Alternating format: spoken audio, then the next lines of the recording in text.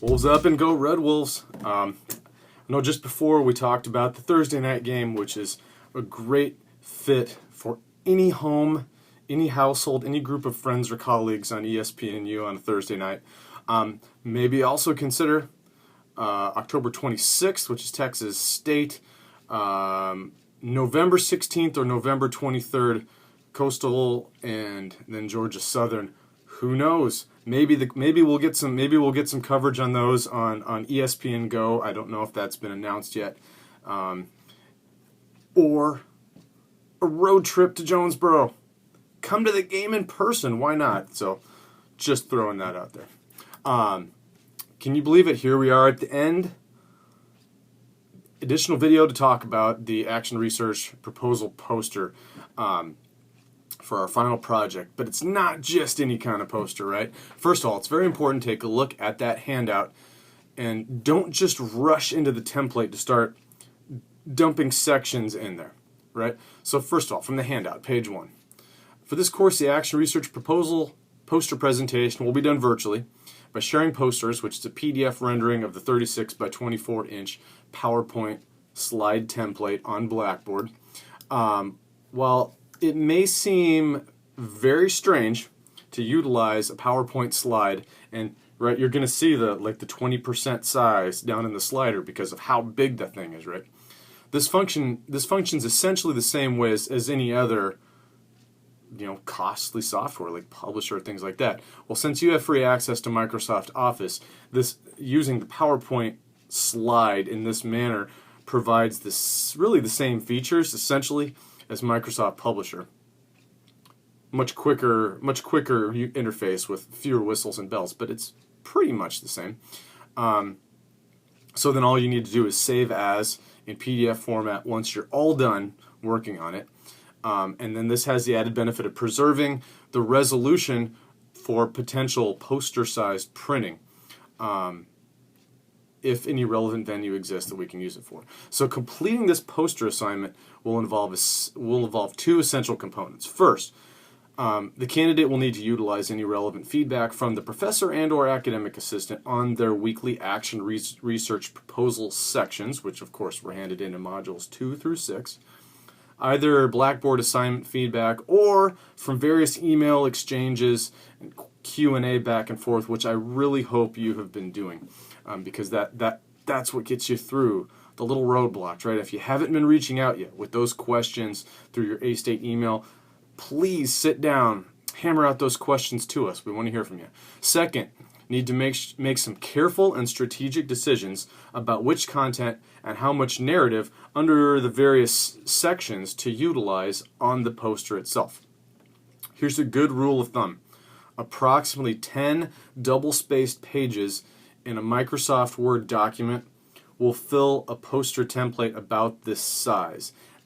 That's obviously not including the title page, but that is including the reference. But approximately 10 Microsoft Word double-spaced pages with very little room to spare for figures and tables. So if you have been writing 3 solid pages for each of your sections, you would be looking at a minimum of essentially 15 double-spaced Microsoft Word pages. That's not all going to fit on the poster template. But if you don't have any figures and tables, it might not be as difficult as you think. But either way, you are going to have to make some strategic decisions about what content goes in. Maybe be a little bit more terse, be a little bit more strategic in your details. But this should force you to think very carefully and very critically about how you utilize your space. You've only got so much space on that poster to say what you really need to. And obviously, I wanted to make sure that you had more raw material for the poster on hand at this point than you'd need. And of course, if you want to change wording, rewrite, but at any rate, that's the big picture logistics. So my hope is that you dedicated enough energy and effort in the language on those first 5 sections that it migrates rather easily. So consider this a 4-part process. Okay, here's my suggestions. Keep a 4-part process. Step 1, migrate your content from the Microsoft Word files to the PowerPoint poster template. Not necessarily in the select all manner, but start with your one heading and one paragraph or pair of paragraphs. Drop that chunk in, make sure it looks right. Step 2, make content adjustments or additions, whether you cite some additional literature, add additional details to your methodology, etc. Adding additional details to the methodology is one of the more common pieces of effort at this stage, I would say. Number 3, this is a very important step because remember the poster is meant to be seen as well as read, right? So I would encourage you to make sure that you have, step 3, one or more what I call visual elements. 2 very easy and popular options, if you don't have any tables or figures, would be a pull-out quote in larger font size, perhaps from your literature review, maybe not even a sentence, maybe a sentence fragment even, that encapsulates the meaning of one of, if not the most important key concept out of the content area where your research topic lives. Also, another suggestion would be a projected data table showing what type of data that you anticipate collecting and how you might plug in those chunks of data and represented in table form.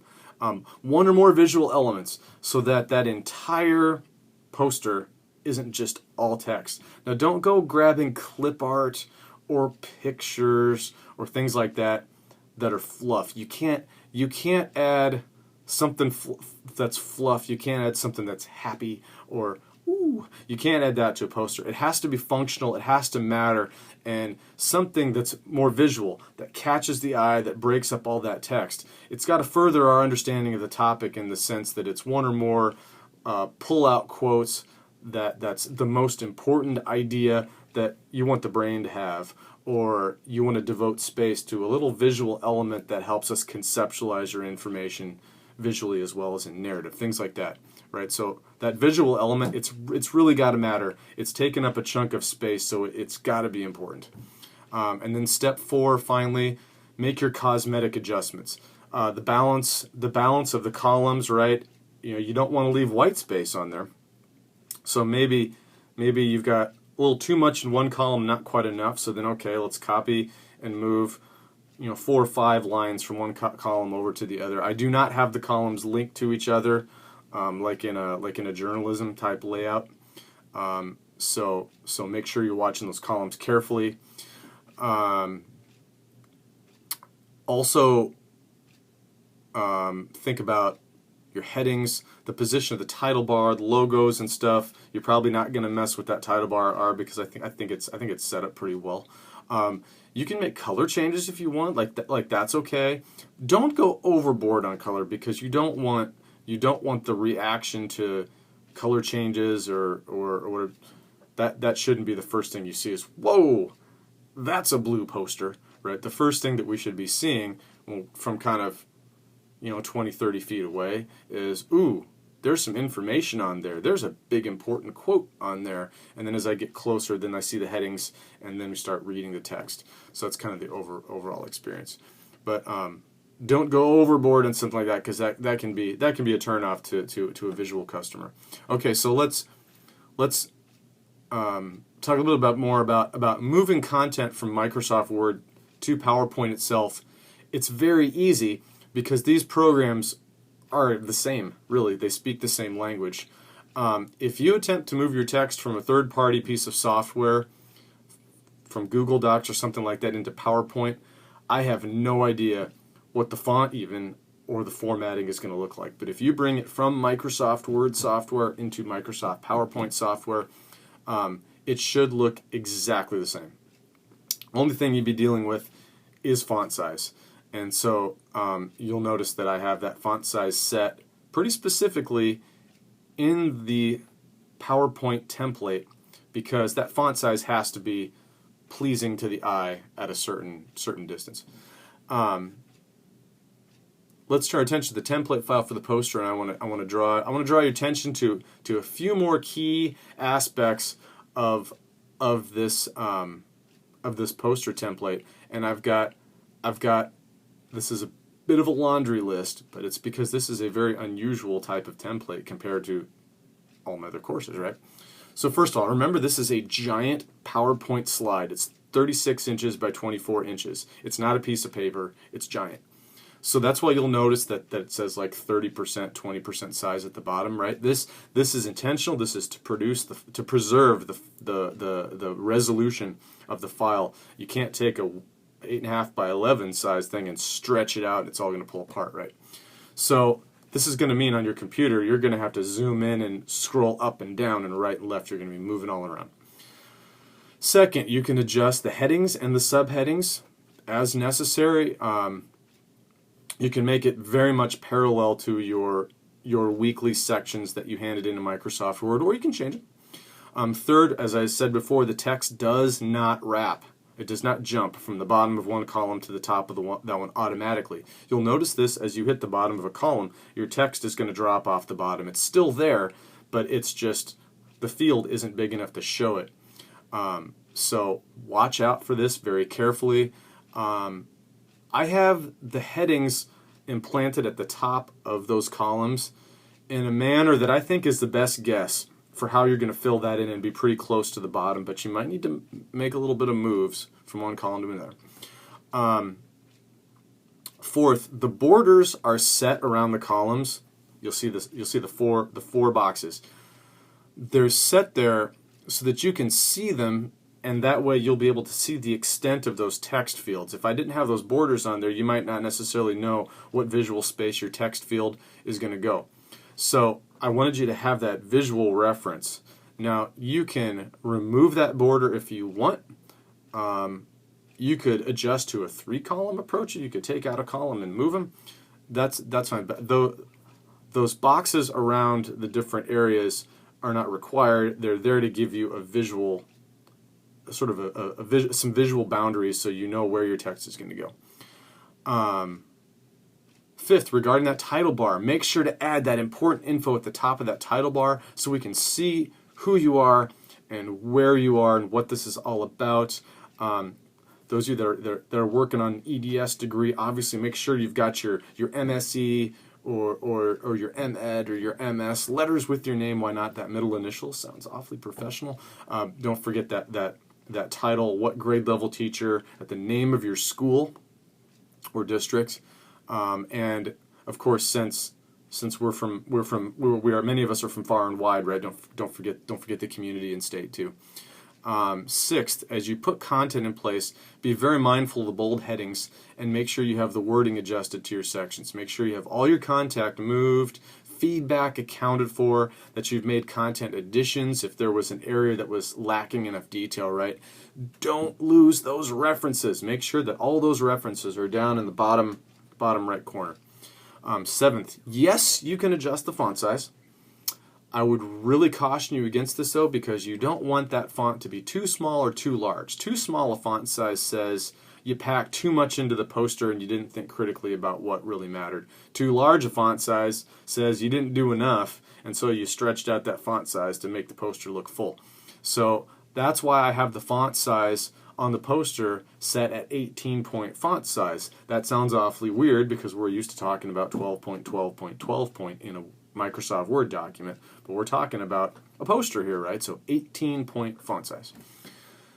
That's what I think is probably the best middle ground, consistent, it's pleasing to the eye, it doesn't force you to stand too close or stand too far away from the poster. Eighth, as mentioned before, visual elements.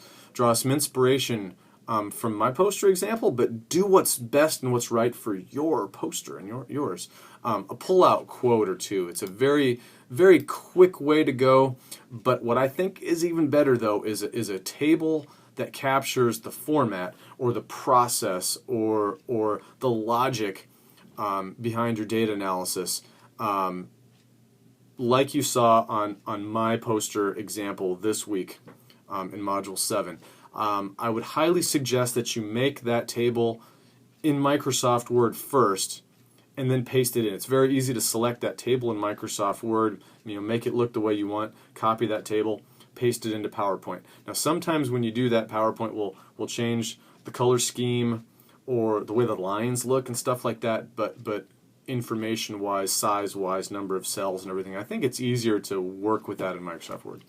Ninth, make sure you delete the notes at the top of the column above the background of the researcher when they're no longer needed. Those are just some little reminders that I have there in the template file for you. And finally, when you are all done, when you are absolutely positive you are done with that poster, go up to Save As or Export and save as PDF format.